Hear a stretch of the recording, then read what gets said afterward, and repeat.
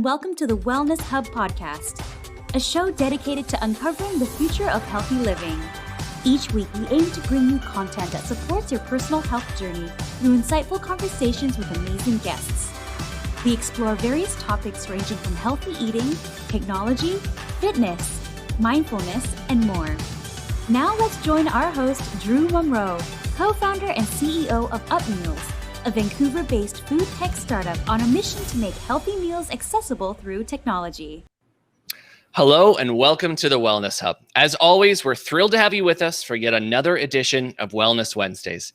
Every single week, we're hosting amazing guests and discussing important topics ranging from entrepreneurship and technology to health, wellness, fitness, and mindfulness. And as always, we hope you find these conversations valuable and insightful on your own wellness journey. Our special guest tonight is a true leader in the local food movement, a technological visionary, and most notably, a tireless uplifter of people around him.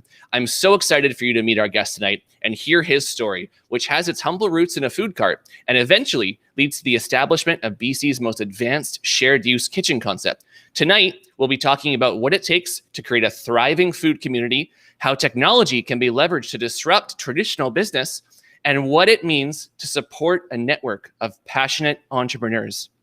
Our guest tonight is the founder and CEO of Commissary Connect, a commercial kitchen concept operating on shared use technology that enables hardworking food entrepreneurs to rent space and equipment on a per need basis. With 3 industrial kitchens and a thriving and growing network of food businesses, Commissary Connect is redefining the local food industry.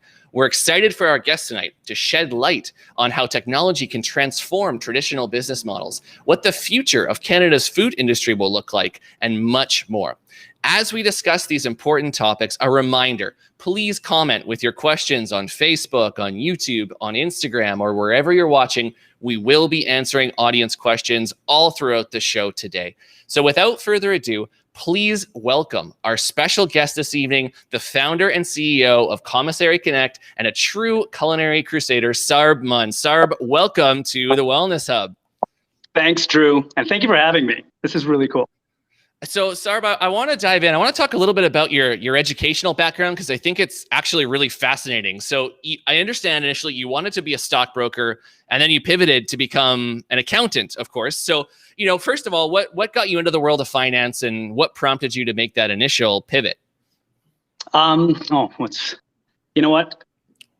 As any, entrepreneur would know, I mean, you kind of have you take your whole life and your whole career basically building this tool chest of really cool things that you're able to lean back on and jump forward with. Finance was just one of those things. So this is such a funny story because I never wanted to be a stockbroker to start off with. I never wanted to be an accountant. I remember doing our career and personal planning classes, and the only thing that would ever come up for me was entrepreneur, and it was terrifying. It's like, okay, well, how do I make a career out of that? I remember, going into professional sales. I got my diploma at BCIT, ended up getting a bachelor's of business admin, moving to the UK, working in PR. Had a couple investments that were kind of taking over fairly well when I moved back to Canada. I'm like, oh, that's cool. I mean, that was a great way of making money. I mean, just having money sit around and make money upon that money. So I really wanted to jump into that. I got my Canadian securities, got my mutual funds, a whole bunch of other stuff that essentially got me ready to, take that leap. And then it was 2008 and the whole market crashed. Got it. So back to the drawing board. I did a little bit of soul searching, looked around on BC jobs, and the only jobs that were out there at that time were accounting jobs. And so I bit the bullet. I was never really good at numbers. I was always more, a salesperson, a bit more of an ideas guy. Bit the bullet, did the CPA designation. It was probably the most important thing I'd ever done. After getting that designation, I ended up starting a food truck. And a natural progression, as one does. Yes, natural progression. It was funny because one of the amazing counselors in Vancouver, her name is Heather Deal. She's no longer part of the Vision Vancouver, I don't think. But she came up with this great idea. I think she may have gone to New York and said, "Hey, these food trucks are a really cool idea. We really want to bring them back to Vancouver." It was funny because the first year that they were announcing these food trucks, they were doing it by a lottery system. Yeah, I remember.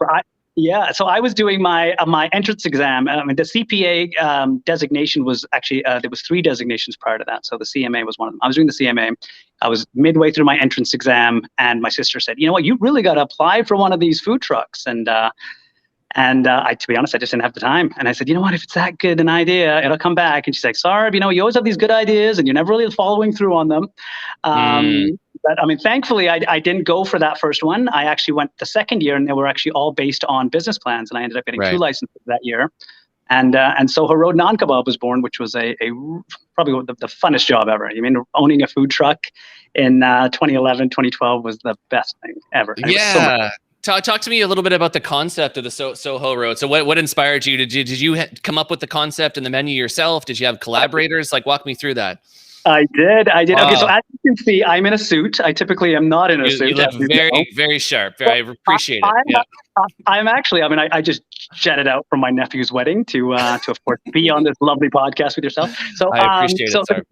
So the coolest thing about these Indian weddings for me was standing around, of course, everyone having drinks, and watching that tandoor guy pull out this amazing tandoori chicken and fresh naans coming out of this clay oven. And I'm like, oh, that's so cool. How cool would that be? Downtown Vancouver in a food truck. And that was kind of how it all started. So so Soho Road Non-Kebab, there was 2 tandoor ovens in it. We could only, if it didn't come out of a tandoor oven, if it wasn't fresh, we didn't serve it. We ended up getting the #1 spot in Vancouver, which is Granville in Georgia. And that was it. I was fully committed. And I remember actually, I was a fully designated CPA or CMA at the time, accountant.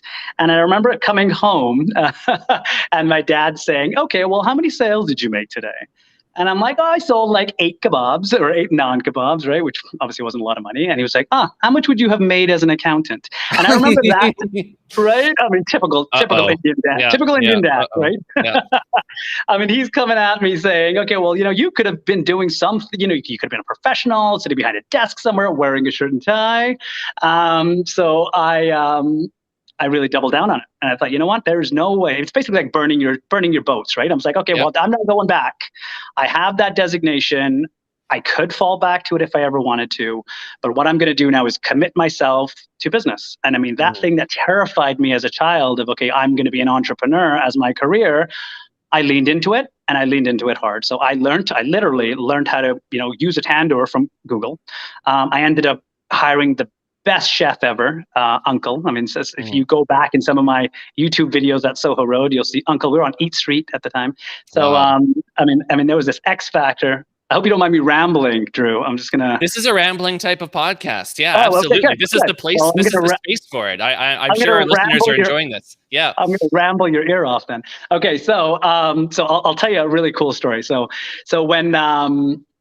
when we started that food truck, we had no signage on the outside. Okay, so this is an entrepreneur mind at work in the beginning. Firstly, I had no money, so I had no money for signage. I had this really cool idea. I had this cool chef, and we started this food truck. And this guy was amazing. Like I said, he kind of came out of nowhere. It's like that X factor in business, right? Sometimes you can plan for things, and sometimes you just can't. And I remember that the Guardian newspaper around that time did a story on. So the Guardian newspaper in the UK did a story on Vancouver having some of the best street food in the world, and that was the very first year that the food trucks had come out. And we had some solid chefs, right? We had Josh Wolf, who was doing Fresh Local Wild. We of course had Cindy Hamilton, who was doing the Mom's Grilled Cheese. It was amazing. There was Japa Dog, which is like a staple household name, right? So Soho Road, no signage on it, just parked on the side of the street. And it just so happens that day, Uncle, who our chef, had called in sick, and a buddy of mine, Mike, who was working the food truck and kind of like keeping everything warm as I went to go drop the truck off. So part of the food carting or food trucking life is you got to go move that truck, come back, and jump in and get to work. So while I had gone to go drop that truck off, the cameraman, so basically Global News had picked up the story of Vancouver having some of the best street food in the world. They wanted to do a story. So they took around Top Chef Canada, who was Dale McKay at the time. He had just started a restaurant in Vancouver, so he kind of made it his place. He was like a huge celebrity. I remember that. Yep. Yeah. So So they were going to take him around food truck to food truck and just try a whole bunch of them and, just see what all the hype was all about. I can't remember the reporter that was with him, but I mean, so he goes around, but before he did that, his cameraman had to park somewhere. So he parked literally right beside our food truck. It was on Howe Street, and he hopped down. And he goes, "Oh, what do you guys do?" And like I said, Uncle never spoke English. So if Uncle was working on that food truck, Uncle probably wouldn't have said hi. Mike just happened to be in the food truck, started talking to this cameraman, and the cameraman said, "Oh, well, you're not even on our map." So Mike explained what we did, again, which Uncle would not have been able to do. The cameraman said, "Oh, this is cool. Maybe we'll put you guys at the last, as one of the last guys. You're not really on this map of food trucks that's already out here. You don't really have any branding, but we'll come by and take a look." So they went and, stopped off at all these amazing food trucks. And the last one was ours. Uncle had called in sick. So I'm making the naan. I have barely made any naans. I'm burning them. I'm dropping them. It's a complete nightmare for me. And Chef Dale McKay and the whole camera crew and everybody comes in. And it just so happens that one that I pulled out there was perfect.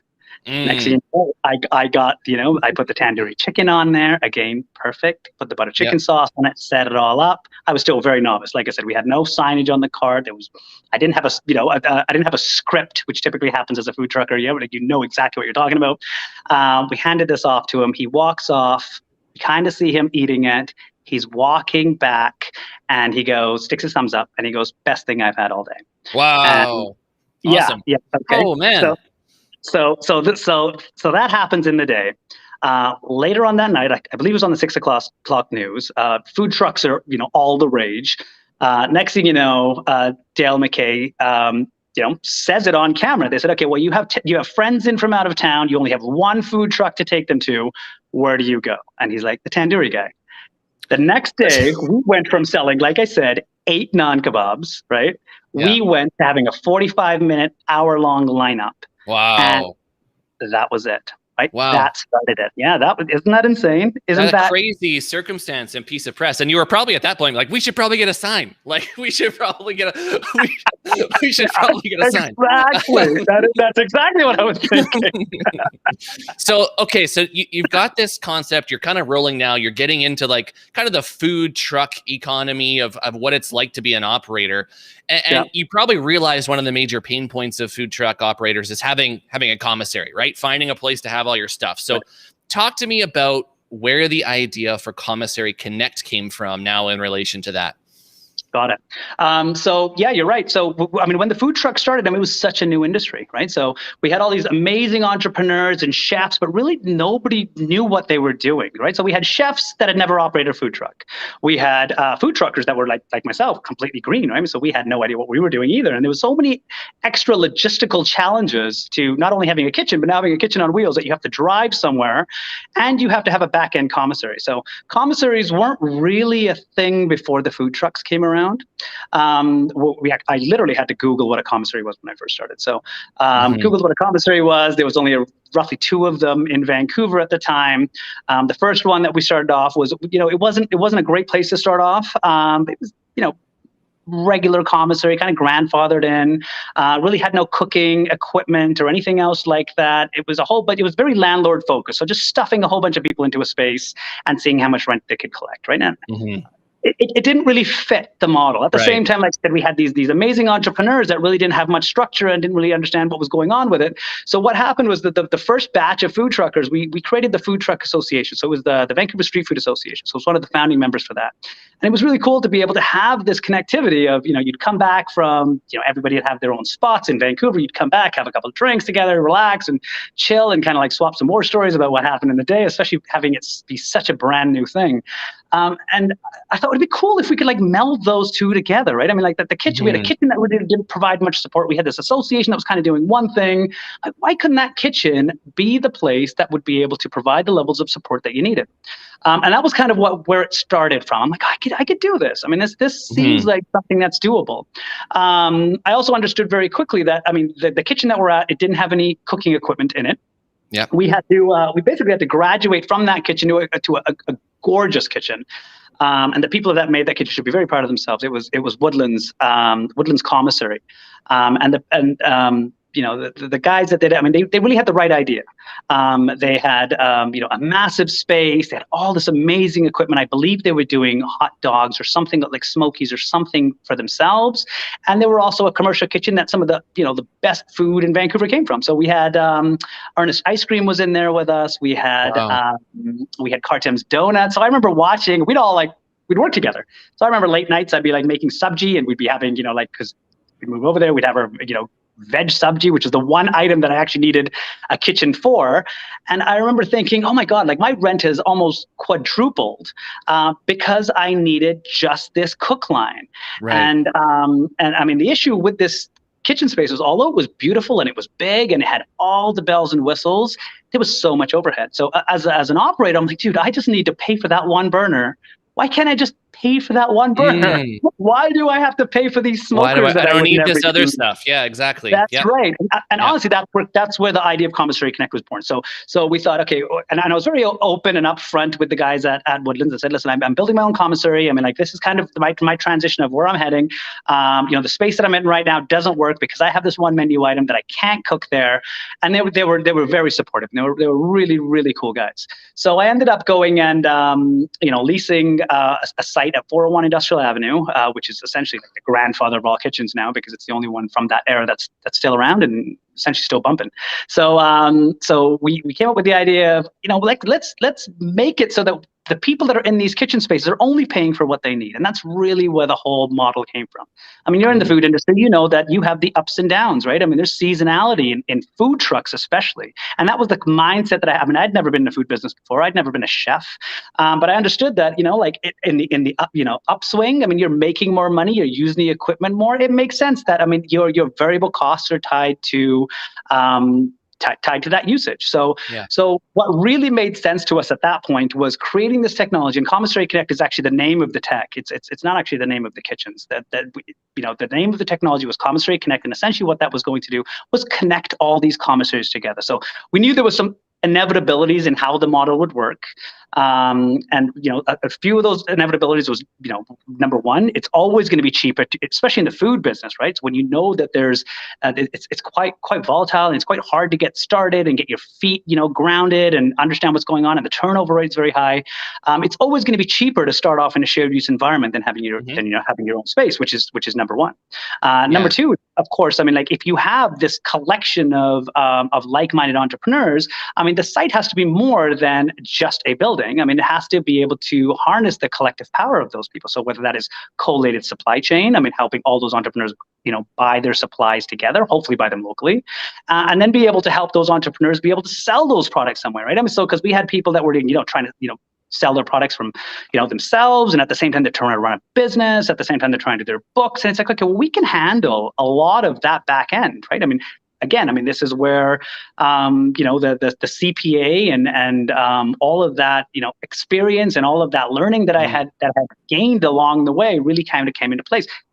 And the time that I had spent, the brief time that I had spent as being a financial advisor, right? I mean, a KYC and knowing your client, I mean, knowing who these entrepreneurs are and knowing where they want to go. I mean, that was central to why we wanted Commissary Connect to be what it was. So essentially be that network or be that platform of connecting amazing entrepreneurs to all the resources they need, right? So essentially we have a shared use space. Yeah. Sorry, go ahead. I was just gonna say, I want to talk a little bit more about, some of these amazing that you've sort of served a purpose in incubating almost. You referenced a few of them, but the Commissary Connect model is so fascinating. We'll explore that. But you guys are home to such a diverse array of businesses and entrepreneurs that are benefiting from what you've created. Talk to me a little bit about some of the amazing businesses that are part of the Commissary Connect family. Oh yeah, for sure. I mean, well, you guys are one of them, right? I mean, I mean, watching your growth and watching how you were able to scale from, basically a concept all the way up into what you've created today. I mean, that's been absolutely amazing to watch. I mean, everyone at the Laurel Street facility, I mean, you can take that. Yeah. Yeah, you've been absolutely amazing, man. I mean, you have you're really the perfect model of how this works. And I mean, and you are you've done your raise. I mean, you're going to go public. And there's a number of other organizations, a number of other companies that are doing the same thing. And these companies, I mean, like the barriers to entry to start something like this, you know how it is. I mean, when you have a concept and you're starting out, I mean, it's very hard to throw that type of capital towards something that is just a concept.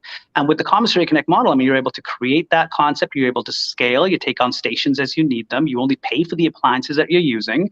And now what you have is an actual understanding of how that business is going to grow, and you're going to be able to start networking to more and more facilities as we start creating more of them. Totally. So, I mean, this scalability across and the creation of this network is really important. But I mean, other companies we have, Goodly, which has been an anchor at Laurel Street for since it started. So Goodly is surplus tomatoes that typically would have gone to a landfill, and I mean, a concept that was born from Fulmer Capital. I mean, there was a bunch of amazing partners in there. I think Potluck was one of them.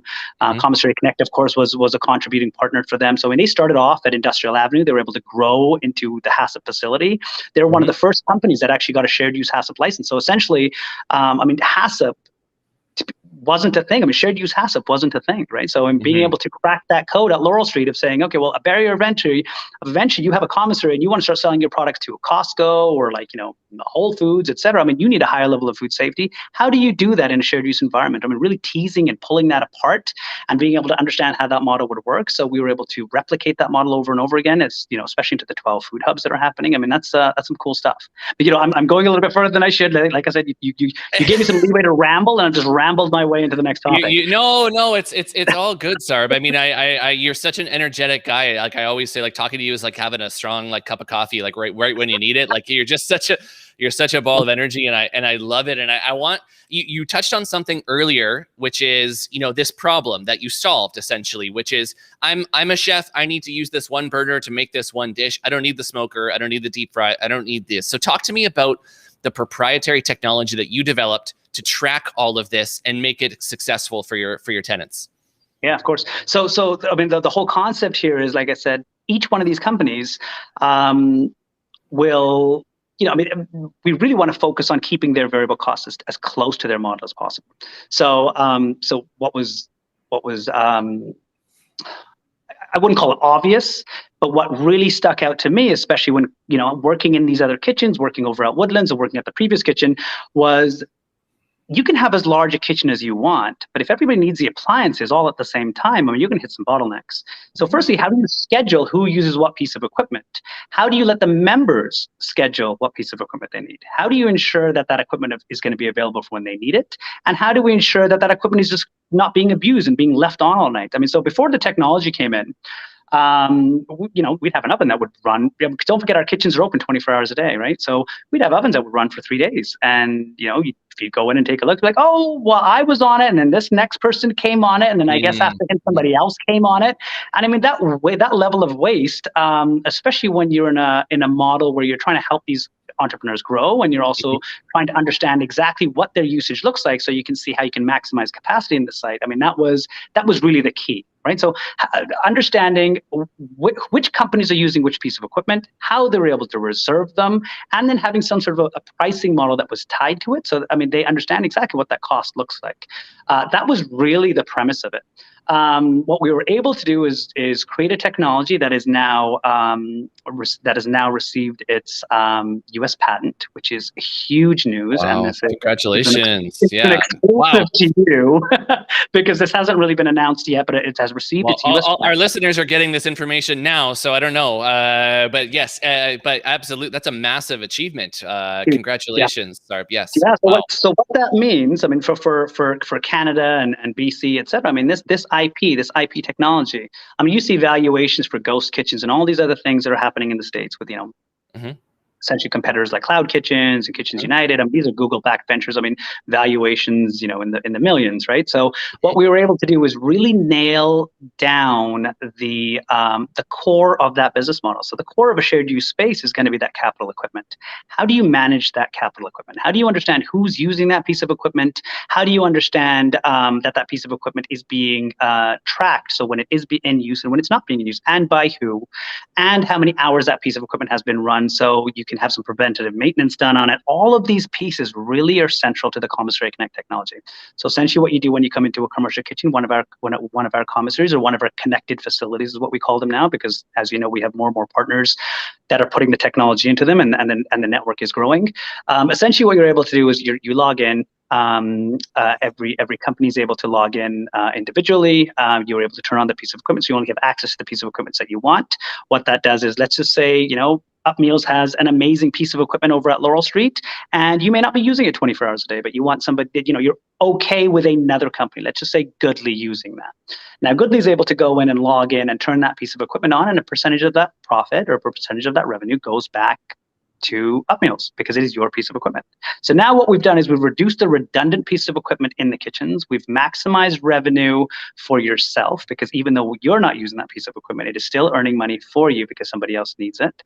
It's also tracking all that usage. It has post-operation, SOPs, essentially standard operating procedures. So, as you know, as we know, we're in a HACCP facility over Laurel Street. That level of food safety is integral, and record keeping of who used which piece of equipment when it was maintained. All of these things are central to how the level of food safety is going to work. If in shared use spaces, what you want to ensure is that the level of food safety does not slip. Right. So having all of those pieces in place in this technology, and now having the IP and the patent around it, especially the US patent. So we have the Canadian patent, which is, we've been working on these patents for 5 years. So the Canadian patent is in its final stages. The US patent has already come through. We have the EU patent coming out now. And now, as you know, the Commissary Connect model and the branding and everything else that we have in place. Essentially what we're trying to do is just really focus on those members, right? So we're showing members how you can grow, how you can scale. Essentially UpMeals could, grow all the way across the province without putting $1 in for capital, if it really wanted to, right? It could tie into the next connected facility. All those invoices are done the same way. You know exactly what time your employees walked in those doors, turned on a piece of equipment, which piece of equipment got turned on. And essentially that starts moving itself into collated supply chain. So essentially all of the members in the network can be able to buy local inputs, right? We can start tracking those local inputs. We can start understanding the demand of tomatoes, let's just say, in the sense of Goodly. We can start, helping collective purchasing. We can reduce the number of trucks and deliveries on the road. There's a lot that can be done here from this central piece of technology. But that is essentially the one piece of technology that you definitely need. So having the IP on that is huge for us. Being able to scale this and really starting to change our mindset. We don't really have much competition in the space that we're in right now. We have a partnership with the Ministry of Agriculture, which there's 12, based on the Commissary Connect model, based on the Laurel Street first provincial food hub and the pilot and demonstration site that we created.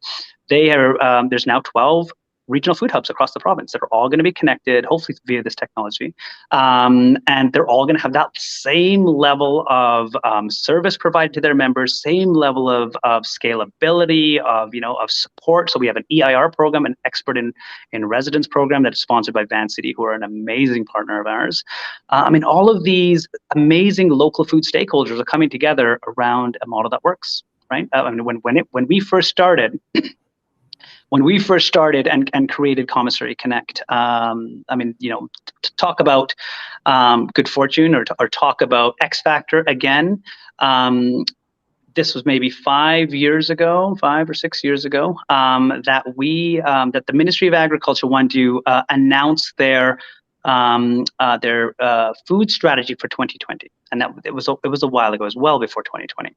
And they wanted a cool place to announce this from. So I remember Ronica, my wife, and I, we had just gotten married. We were newly married. Our first trip was going to be to New York because she loves New York. And so she had already flown out there. And I think we had gotten a call from the good people at BCFPA. It's called BCFB now, I believe. So BC Food and Beverage. And they said, hey, listen, we just become a member. We had announced that, we really want to tie in and have that level of support for our membership through them. And they said, well, the ministry wants to announce this strategy. Would it be okay if they announced it at your commissary? We've never seen a commissary before. So Tanya Tate, who was the person there at the time, she came down, took a look at the kitchen, and just said, yeah, this is perfect. This is where we'd want to this, right? So next thing you know, the ministers are there. I believe Lana Popham, who's the current minister now, I believe she was the ag critic then. She came in, the deputy minister at the time, Derek Stucco, amazing guy. The whole team, it was huge. It was one of those Like I don't get tongue-tied very often, or I don't get nervous very often. I was very nervous. I had to speak on camera, and I completely messed the whole thing up. But they came in, they saw these amazing entrepreneurs all creating wicked products. I showed the technology off, and I remember after the tour was over, the deputy minister at the time, Derek Suko, came over to me and goes, "Listen, you need to talk to the guys at UBC. They've been working on something really cool for a while. It's an innovation center, but we think you may be the missing piece because I mean it's very research and academic focused, and we need the tie-in for the entrepreneurs, and we think you may have something here." So we connected in. I sat on the innovation board over at UBC. I'm on the faculty advisory board for land and food sciences. But at the time, I sat on that board. We had a conversation, and they wanted to create an innovation center at UBC on the endowed lands, I believe. And Ricky said, Ricky Yada is the dean, a great guy, by the way, the dean at Land and Food Science at UBC. He said, "Sarb, you know what, like this makes sense." I think they had their whole group come in, view the kitchen, see what happened. I showed the technology. I was very early stages back then. Yeah. And they said, "You know what, this is really, really cool." So essentially what happened was Ricky and I went down to meet, we went down to Victoria to meet the deputy minister and his team. And we pitched the concept. So essentially an innovation center tied into regional food hubs that would emulate kind of what Commissary connected. So instead of just having a innovation center at UBC, how do we make the whole province an innovation center with amazing sites that are all networked in together? So that conversation happened about 5 years ago. It was written into the plan when the NDPs came into power. So Minister Hoffman came in. It was actually written directly into there, having regional food hubs,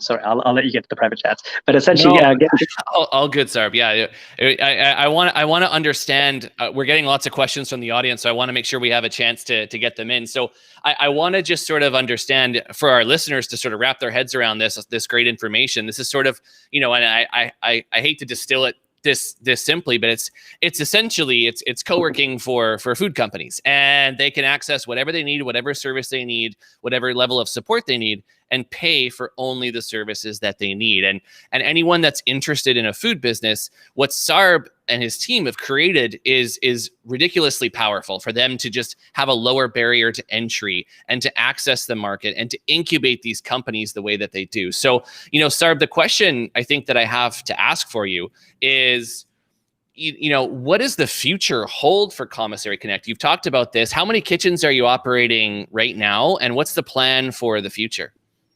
Yeah, so we have 3 of our own sites. We have a 4th partnership with the Lazy Gourmet. It's called the Commissary Gourmet. It's in Kitsilano, so 1605 West 5th. Which is another commissary. It's tied into the same technology.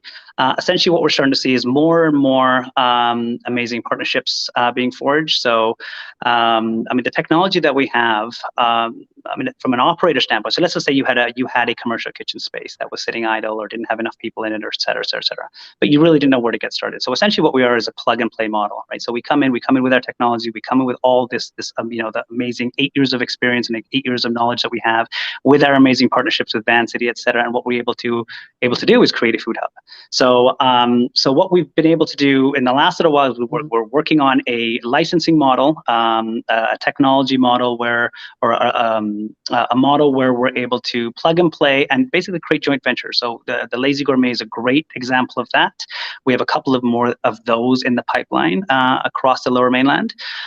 We also have the regional food hubs, the provincial food hubs, which are some of these food hubs are owned by the city. So like the city of Quesnel owns one of them. The Port Authority in Port Alberni owns one. There's one in Salmon Arm. They're across the province, and they were tied into this overall strategy. We're putting tech into a lot of those to help connect all of those. What we're also able to do, if we're going to fast forward 5 years from now, essentially what we'd be able to do is have the ability for any entrepreneur or any food entrepreneur or any entrepreneur, landlord, et cetera, to be able to create food hubs or amazing, amazing food destinations, I suppose, as we go along. I shy away from the whole ghost kitchen model just because, I think we're more than that. We would be almost the unghost kitchen, right? Where a ghost kitchen will go in and, they're looking for major brands and they're just going to have a Burger King on every corner or a Wendy's on every corner. What we're really trying to do is grow some amazing local brands, right? Like people like To Die for Banana Breads, people like yourself, of course. We have there's just so many, hundreds and hundreds of food businesses that have started from us and now have their own spaces or they have, or they're, or they're a delivery only model, or some of them that just didn't continue doing it. Some of them are just food trucks, right? I mean, so we have these rentable food trucks. So let's just say you want to get in the food truck market. I mean, typically what you would have had to do before is go find a location somewhere. Hopefully you get one, build a food truck, and then try to start that food business. And you may be like 3 years into it and you said, this probably isn't for me anymore. So what we do is we have the ability of having food trucks that are available for rent. We have downtown locations. We help you get it up. We help you set it up. We know with our amazing partners at Van City, I mean, we help you understand how that model works. And if it's not for you, it's not for you, right? I mean, that's completely okay. I mean, this way, that fear that I had of being an entrepreneur and, oh my God, where's the job security here? I mean, we don't want people to feel that way. We want people to go out and try something and have all the support around them and then be able to help them grow, right? So so that would be really cool. It's such a valuable role that Commissary Connect and the team, like, it's plays such a valuable role in the food economy here in Vancouver, and it should be everywhere. I think every major city should have a Commissary Connect, and I'm extremely biased, but I as a customer, as someone who's used this model successfully, I believe in what you're doing. And we have some audience questions pouring in here, so I want to make sure we get to them. I'm going to start off with a hard-hitting question here, right from Facebook, from Zachary. Will the technology and the company ever go public? You're on the spot, hot seat. 30 seconds. That is very interesting. What's funny is this is so close and dear to my heart, and it's such an important thing. I feel like it is larger than us now. It is starting to become larger than us. Does that mean that we need the funds? I wouldn't say it's exactly that we need the money right now. We are definitely a profitable business and everything's going well. And, we've really grown from the ground up and we understand what we're doing. It's a tough question. It really is. I mean, I would love to be a billion. I mean, as a business person, as all, I mean, money isn't everything, but I mean, you do have to have certain goals that you are aspiring to. And there's a number in my head and it's big, right? And it's big because I need that money or because I'm going to drive a different type of car or anything like that. But I mean, you measure yourself on, benchmarks, and my benchmark is high. So I won't say no. I won't say that we won't go public. I will say that there may be parts of the company that go public. So, I mean, what's really important about this IP that I should mention, the intellectual property that we have on the shared use model, is that it's not just kitchens, right? So what we can do is, I mean, we can have, there's the shared use model is not going away.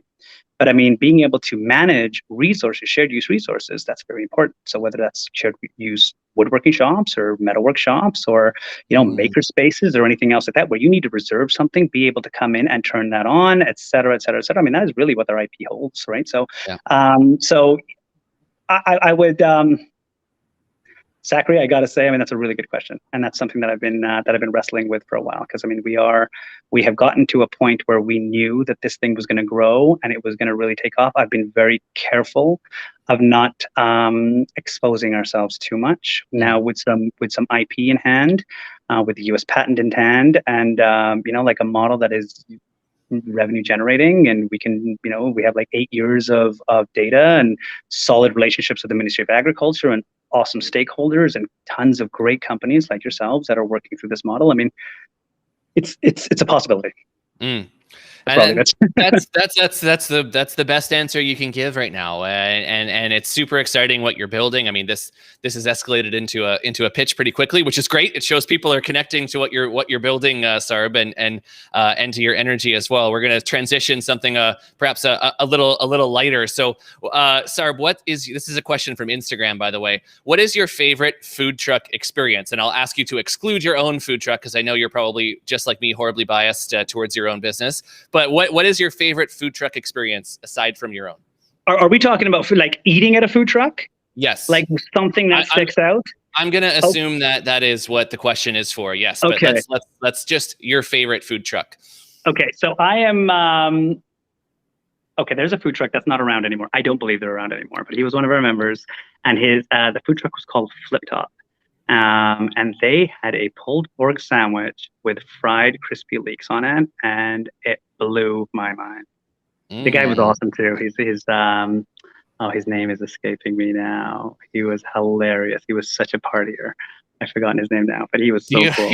I hope he's okay. Oh, what is it? This is going to kill me now. And if he's watching, or if he somehow finds out that I forgot his name, I mean, that's going to suck. Because we can throw to it later. We can throw to it later in the YouTube description. Yeah. Fair enough.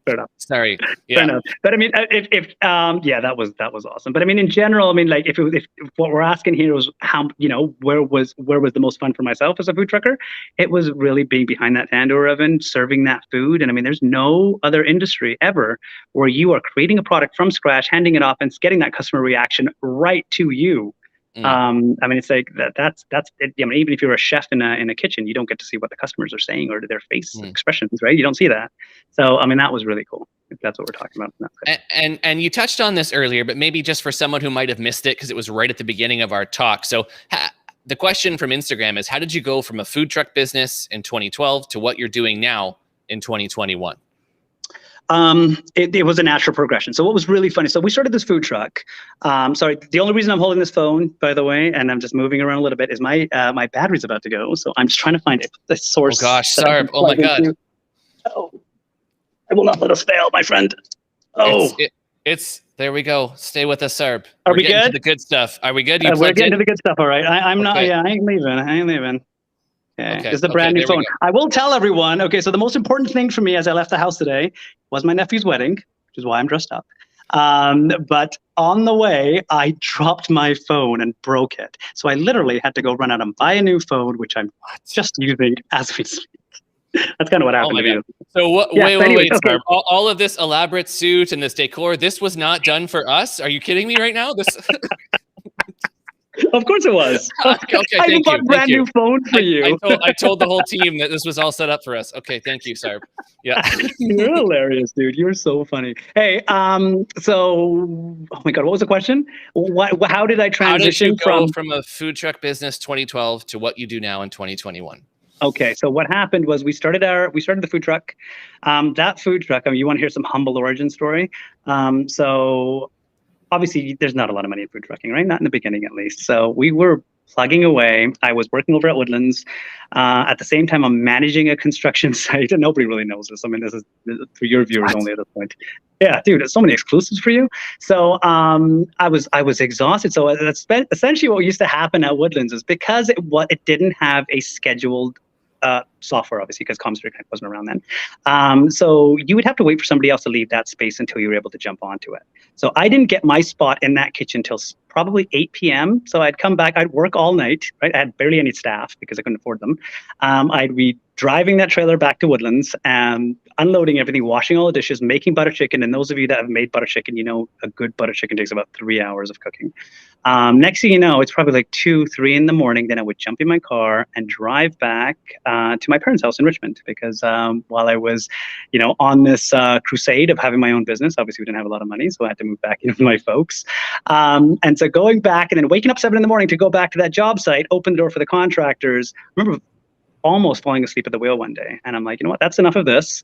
I literally got an inflatable mattress and started sleeping in the construction site. So I used to sleep. So those of you that have worked at 401, yeah, dude, I'm not kidding. What am I supposed to do? Either that, I mean, at least I was getting some sleep. I love it. I used to have a gym downtown, so I used to go shower there. I used to wake up in the morning, if it could, like 6 in the morning before any of the contractors there, go brush my teeth. It was still, it wasn't a kitchen, obviously. It was just rubble, right? They're like the ground was ripped up. It was, I mean, that's all I could do at that point. So I literally go in, take a shower, get ready, pick up that cart, which used to be parked at 401, drive it over to Woodlands, stock it up, and then go and cook for the day and repeat the whole thing again. So I mean, I did that for a couple of weeks before that getting started.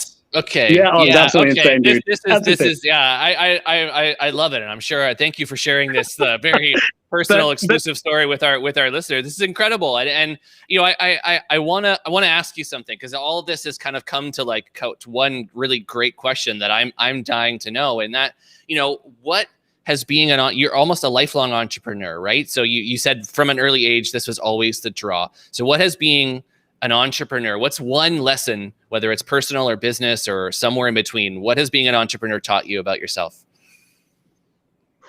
You know what? I can sum it up. pretty quickly, actually. And this actually just went through my mind today.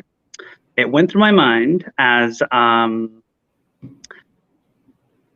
double booked myself because I didn't know I was actually invited to this wedding because it was pre-COVID, right? So so all of a sudden we got the invite saying we're allowed to have these people. So I had obviously double booked, completely forgotten that I had the podcast. At the same time, like I said, the one thing I was supposed to do was keep that phone on me and make sure it was working. It slipped out of my hand, broke on the floor, and where a normal person would be like, "Oh my God, I'm completely screwed," it was like, "Okay, well, how do we fix this?" So I think if I were to talk about what it means to be an entrepreneur, I mean, what do we do typically, Drew? I mean, what are we doing, right? I mean, we are problem solving day in, day out. Yeah. We are resource allocators and we are problem solvers. That's all we do, right? We have resources, finite resources, whether it's finite money or finite time, and we try to multiply that. So there's different ways of multiplying money, obviously, that we know, and there's different ways of multiplying time, adding staff, etc. Right? So, I mean, you come up with a product and you're able to refine that product over and over and over again. Actually, you know what? I learned a lot by opening that food truck because I remember even those 8 naan kebabs that I sold.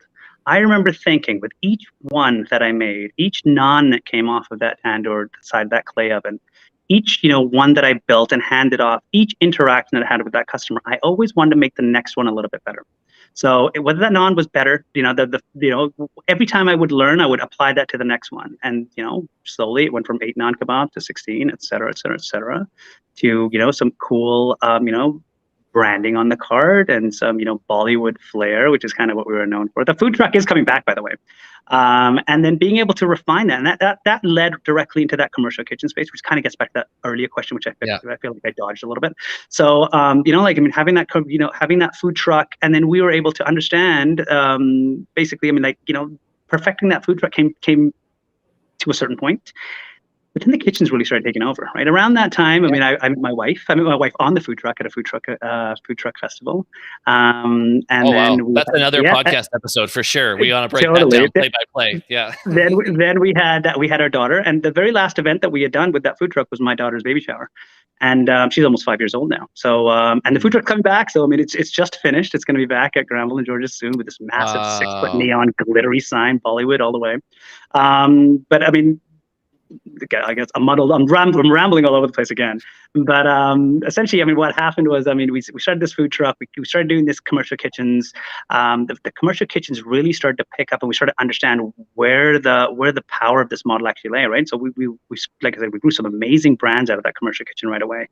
We see all the trends, right? We saw the bone broth trend. We saw the juicers. We saw the meal preps. Well, another thing that's unique with Commissary Connect, and it's not like the other commissaries, we only take one of each type of company.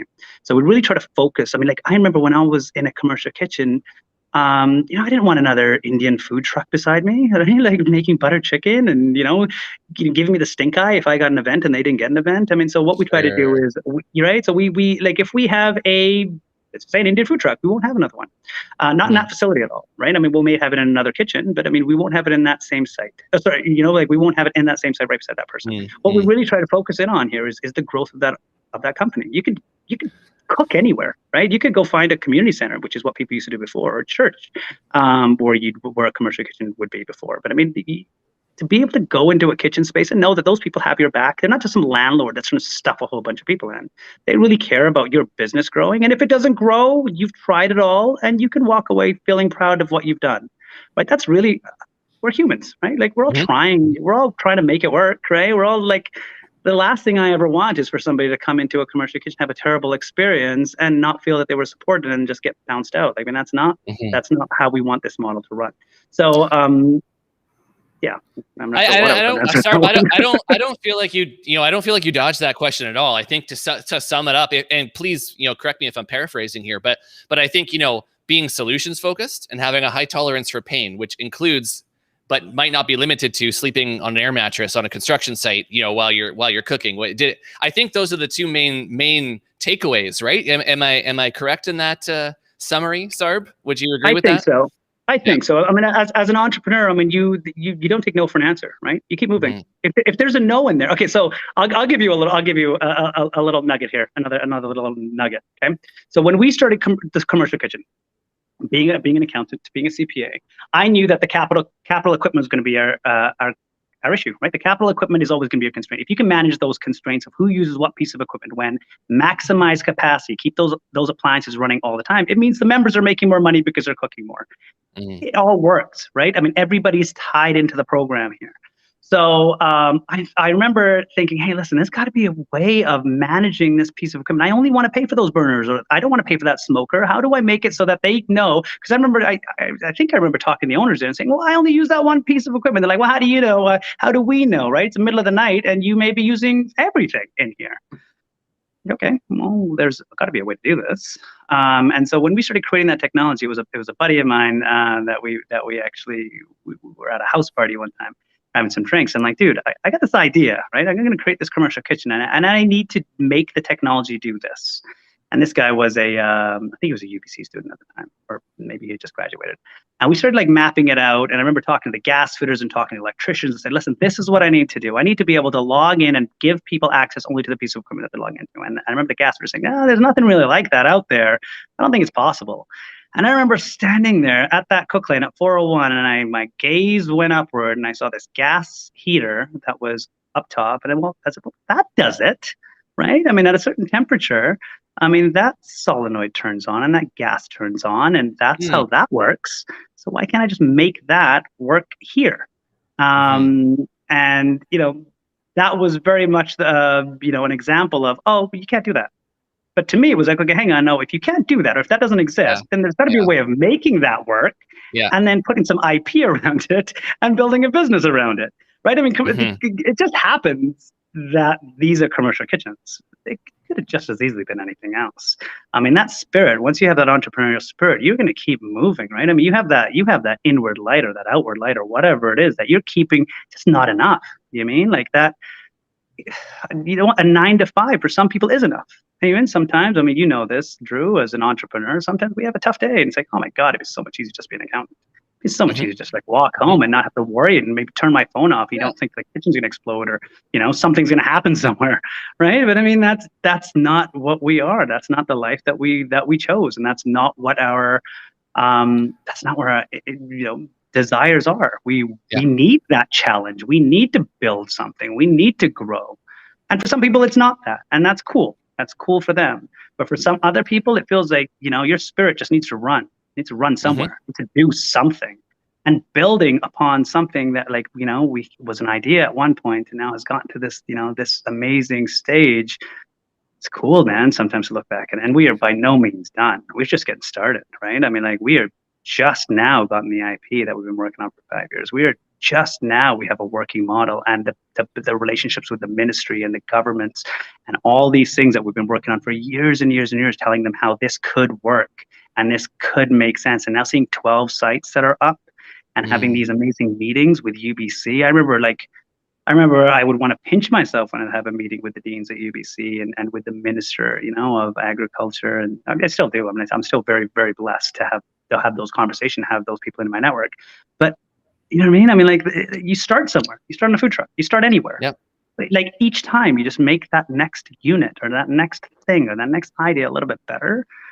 Honestly, you just like it's like walking. It's like one step in front of the other. As long as you keep walking forward, you're gonna get somewhere. That's kind of how it works. Sarb, I think this is a perfect time for me to say, there's a lot of people that are commenting on this show and enjoying the conversation. Where can people go to learn more about you, Sarb, and Commissary Connect and all the great work you're doing? Well, it'd be great for all of you to follow us on Instagram. Our Instagram is @Commissary Connect, and to be honest, it's a bit tongue in cheek because everything that we promote on our Instagram feed is our members. So we just promote all of the businesses and the cool stuff that they do. You can of course go to commissaryconnect.com. You can learn more about the stuff that we do there. We have more and more, channels and social media outlets that we're kind of working with and to get the news out there of what we're working on. So, the website would be great. Our Instagram handle is @Commissary Connect. And, LinkedIn, all the places, really. I mean, or if you're looking for a commercial... Or if you're looking for a commercial kitchen space, I mean, please just, just go online, book a tour. Our amazing general manager, Jocelyn, would get in contact with you. and hopefully we can get you started. If you're looking to build a commercial kitchen space or an operation like this, I mean, please get in touch. Just send something through our online channel. By that I mean probably just go to the website, or I might as well just give my email address out directly, or go to sarb@commissaryconnect.com and just email me. Like I said, we're working with all the amazing provincial food hubs. We have a number of local partners. But I mean, if you have a site, or if you have a city or a region that you think, hey, this would be really cool to activate this site and have some amazing entrepreneurs grow from here and have some really cool brands come out of this place, I mean, just let us know and we can kind of do all that heavy lifting for you and get something like that going. Amazing. I can see the comments here. You're getting new followers in real time as we speak. And your personal email is now out there for the masses, but this is, good, I think you're going to get a lot of great insights and a lot of great people wanting to connect with you and your energy. And Sarb, this is a great conversation. Every conversation we have here on the Wellness Hub is always completely different. One question is always the same. I got to ask you, what is your favorite go-to meal? Ooh. I know it's tough.